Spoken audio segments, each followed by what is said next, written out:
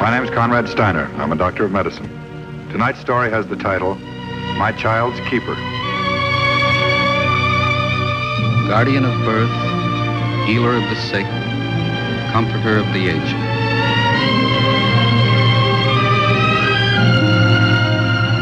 To the profession of medicine, to the men and women who labor in its cause, this story is dedicated.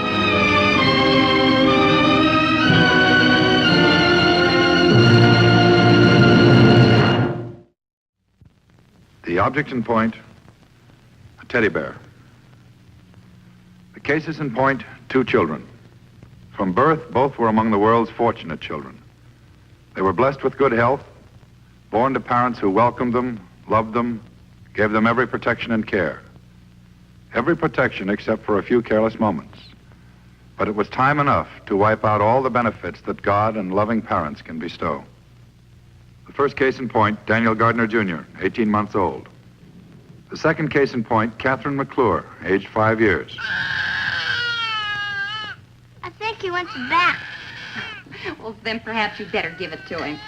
I'd rather have Teddy broken than our eardrums. Ellen, I've been meaning to ask you, do you think Danny could possibly be jealous because the new baby's on its way? Jealous before it's even born? Well, I don't know. I tried to explain it to him yesterday, just like it says in those new child guidance books. He's been acting like a perfect monster ever since. Forget it. He's probably cutting some new teeth. Oh, listen, I finally got the sewing machine fixed. Do you want to give me that material for Danny's play suit? Mm-hmm. I can start on it this afternoon. Wonderful. Listen, it's on the top shelf in the bedroom closet. Oh, I'll get it. Okay.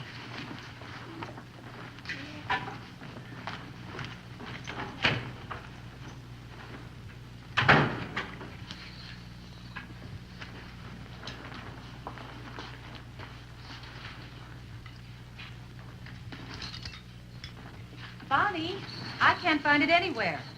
Could it be in the hall closet? I'll be right up. Kathy, I'm going upstairs for a minute. You stay and watch Danny for me, will you? All right, I'll take good care of him.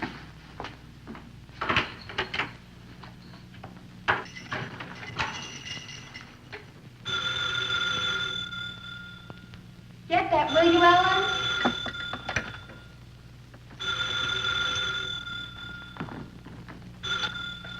Hello? All right. I remembered I put the material in the window seat. Hello? It's Texas. Hello, Dan. Just a minute. Hello? Oh, hello, darling. Oh, that was Ellen. How are you? So am I.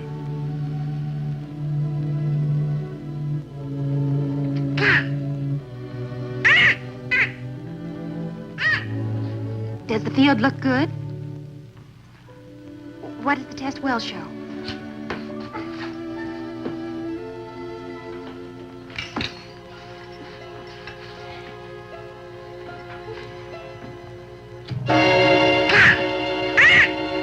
Do you think you'll be much longer than a week, Dan? You're not supposed to touch it.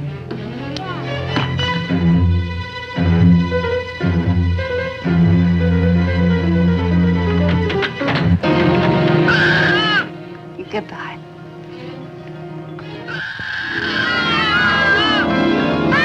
Dan said to tell you that it...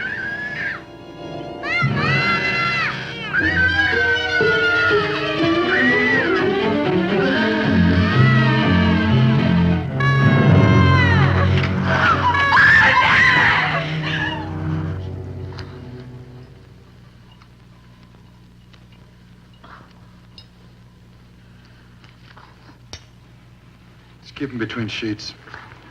Treat the shock first, take care of the burns later. All right, Doctor.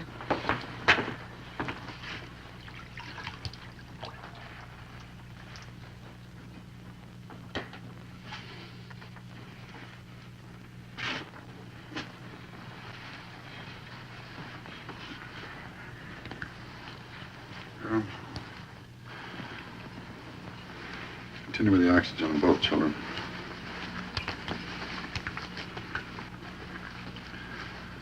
Let's get a blood count, hematocrit, and hemoglobin. Type and cross-match blood for both children.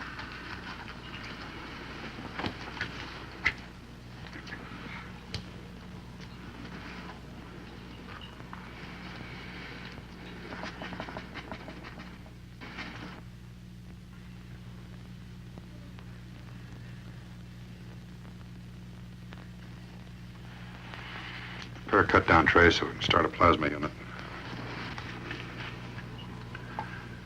We'll calculate the fluid for both children for the next 24 hours. Keep an accurate record of the blood pressure and urinary output. Yes, Doctor. Parents got some burns themselves. Better talk to them now. Poor little kids. I understand the mothers were with them in the house when it happened. Then we left them alone for a few minutes.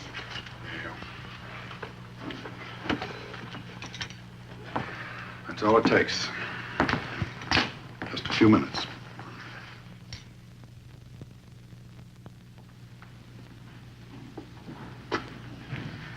Gil. Oh, Gil.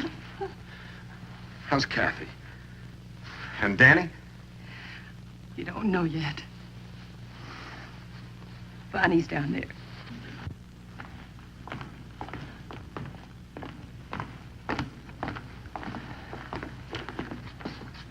Bonnie, did you get hold of Dan? He's out somewhere. They're surveying a new oil field. His office said that they'd try to get him. Where are the kids? In the emergency room. They said Dr. Steiner'd be out as soon as they took care of them. How did it happen? Helen, how did it happen? Miss McClure? Oh, Doctor. How are the kids? Well, it's still a little early to tell. Miss Gardner, did you get in touch with your husband? He's still in Texas. His office said they'd try to reach him. I see. How's Danny? I've got to have the truth. I've got to know. Oh, I'm sorry, Miss Gardner. There's nothing definite I can tell you right now. His burns are extensive and severe. But they are going to live. Danny's got to live. He's got Danny's condition is very grave. I've taken the liberty of calling another physician, a specialist in consultation, and that's all I can tell you right now. What about Kathy? Well, her burns are less extensive, but both children are in shock. Extreme loss of body fluids. We're also concerned about possible damage to the kidneys.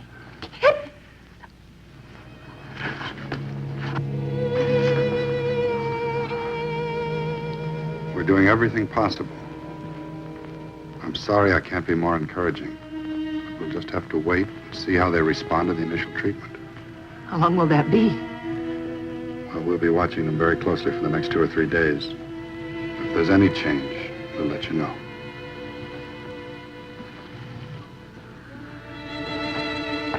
Doctor, you mean we're going to have to wait that long to see if they're going to live? That's right. We have to treat the shock before we can treat the burn.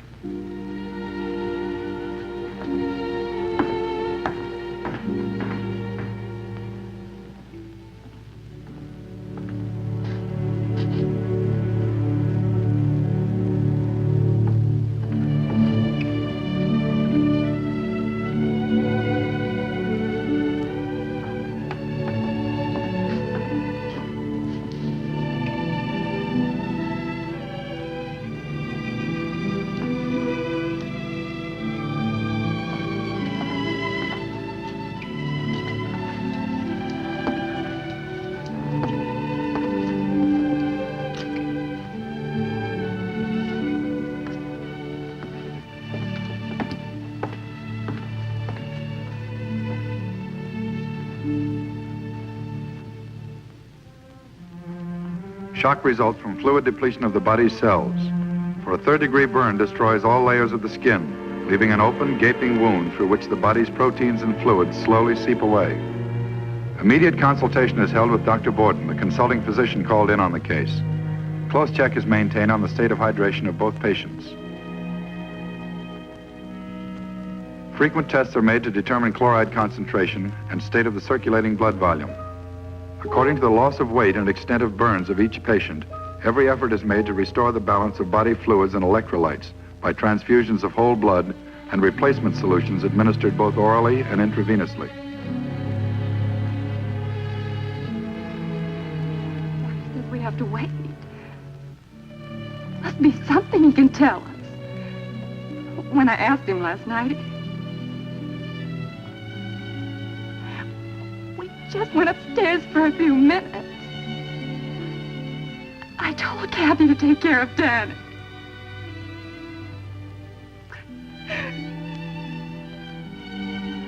All right, dear. Hurry. I need you. Oh, please. Hurry.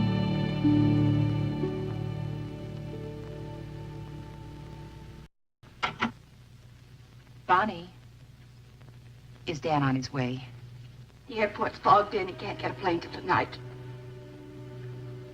Bonnie, I know what you're thinking. I know how you feel. Please, Bonnie, won't you talk to me? There's nothing to talk about. Mrs. Gardner. There's a telephone call for you at the desk. It's your mother.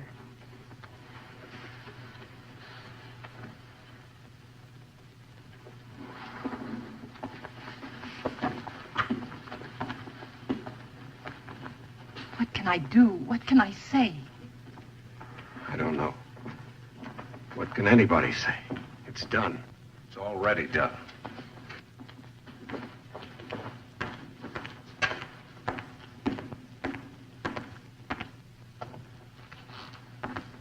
Miss Gardner go home? She's at the phone. Well, I've got some good news for you. Kathy's condition has definitely improved. We've overcome the primary dehydration. No complications have shown up yet. She's taking fluids very well and no nausea. She's going to live. She's going to be all right. And Danny? Well, Dr. Barton's with him now. There's a lot of hard work ahead for Kathy, a lot of discomfort, but apparently she's in no immediate danger. Thank you, Doctor. One thing you have to realize, it's going to be a long, hard pull. There are many phases of treatment for Kathy to go through. Will she be badly scarred? Well, you have to remember that she's lost almost 30% of the surface area of her skin. With such an extensive burn, some scarring's inevitable. But in time, it'll become less noticeable. Isn't there something you can do to stop the scarring? Sit down, Mr. Clark.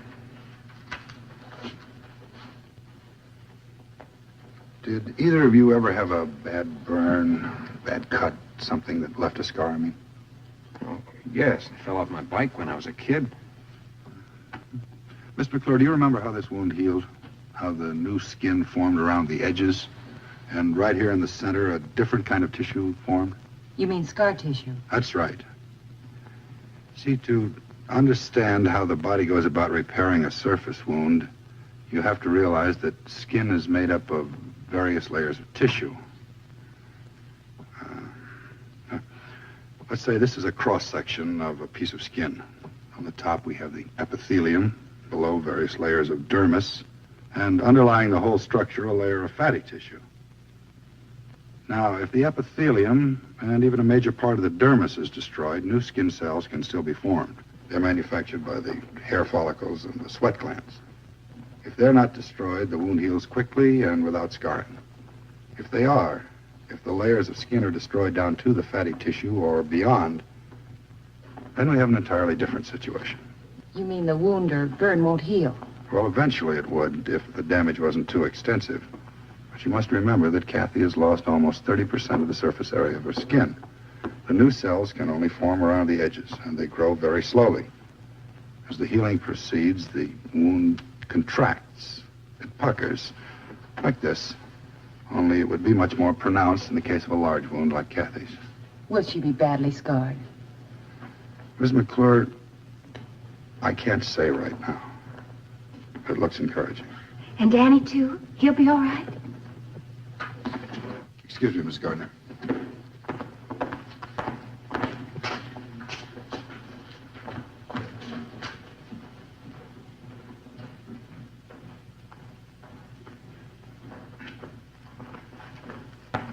Miss Gardner. Doctor, is it true? Danny's going to be all right.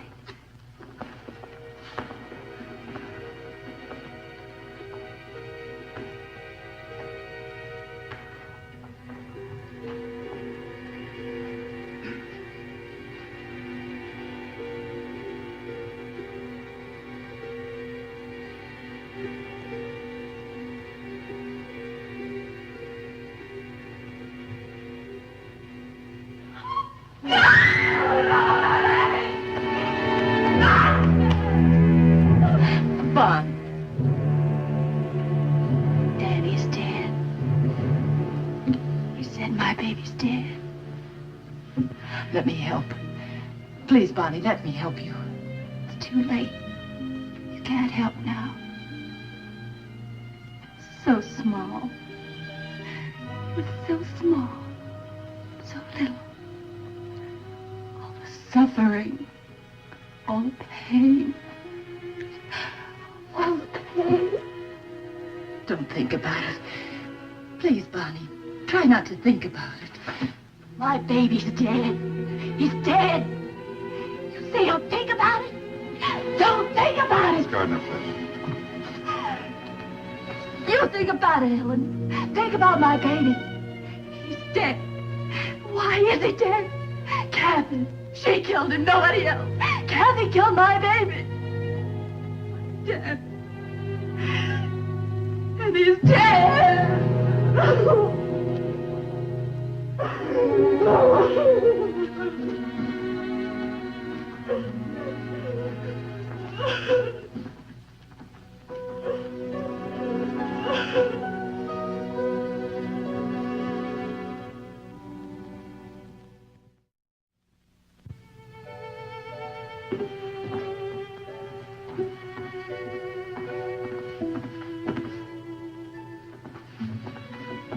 Mrs. Gardner. Mrs. Gardner. Are you sure you wouldn't like to go home now? I'll be off duty in about 30 minutes. I'd be glad to drive you home if you'd like. I already told you. I have to wait. I have to wait here.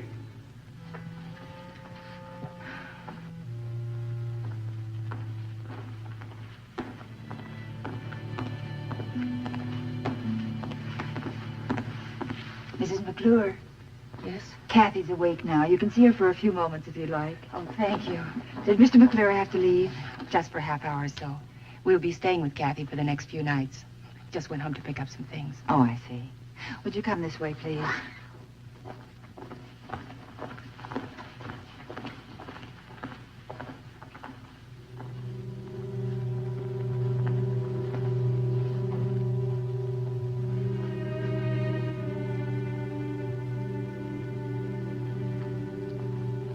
Did you try to talk to her again, Mrs. McClure? It didn't do any good. Dr. Steiner tried to talk to her, too, but it didn't do any good. She wouldn't listen. He wanted her to go to some friend's house to spend the night. But she just sits there waiting for her husband. It's not all she's waiting for. It was the last thing she said to me. What was that? She said her baby's dead. She said Kathy killed him. Now she's waiting for Kathy to die.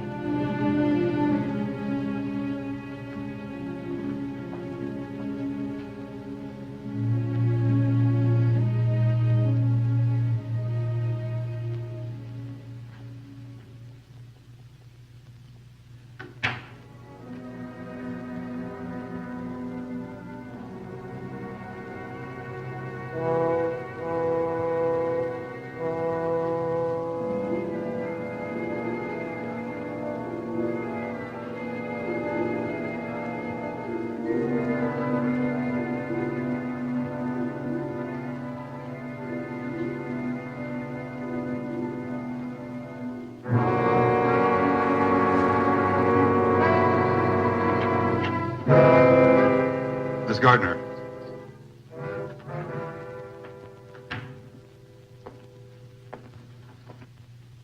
How are you feeling? Better? Yes, I'm better. Your husband get back? He's on his way home. He'll be here soon. I couldn't go home without him. I understand. And she's finally asleep. Been restless all evening. Been through quite a lot for a 5-year-old. But she's alive. She's still alive. Miss Gardner, I'd like to ask you a question. It's a very important question. It's not important for the child you lost, that much has passed. But it is important for the child or children you're going to have in the future. What's your impression of a child? I mean, a 5-year-old like Kathy here. I don't understand. You're accusing this girl of being responsible for your baby's death. She's to blame for the whole thing. She is. She did it. Danny'd be alive if it wasn't for her. You're wrong, Mrs. Gardner. You couldn't be more wrong. That's a child lying there in that bed. She thinks like a child. She acts like a child. You can't expect anything more of her. And that's exactly what you're guilty of. Demanding adult behavior from a 5-year-old child. But she knew better. She's so smart at other things. She knew better than to touch that lighter. No, she didn't, Mrs. Gardner. She didn't know. If she had, she'd never have touched it in the first place. No rational human being ever does anything that will bring harm to himself. There's one thing I'd like to make clear to you. You and Mrs. McClure are modern, educated mothers. You're dedicated to your children. You pride yourselves on the way you raise them. That's fine. It's all well and good. But there's one thing you tend to forget. No matter how advanced your thinking is on the subject of child raising, no matter how intelligent you consider your own child or your neighbor's child, don't ever forget the stage of their development. You're still dealing with a child and a child's mind. They're live, energetic, curious. They've got a lot to learn. And they expect you to teach them. You understand what I'm trying to say?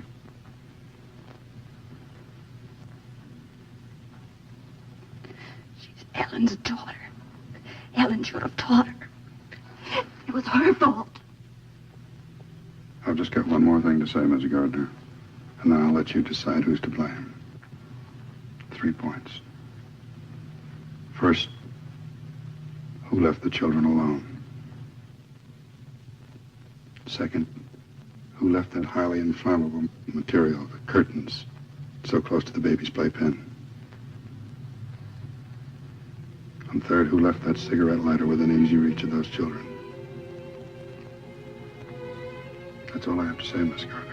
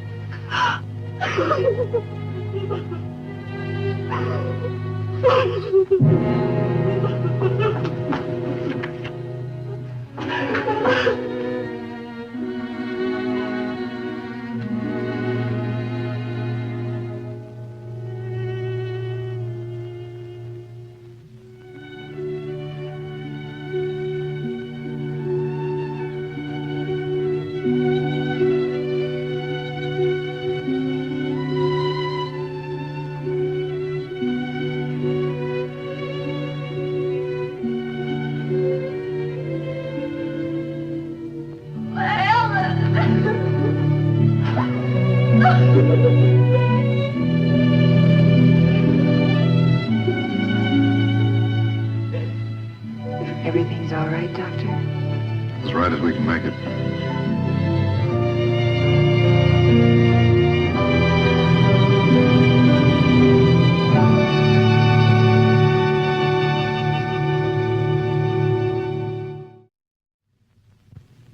The practice of medicine is a relentless battle against the forces of disease and death.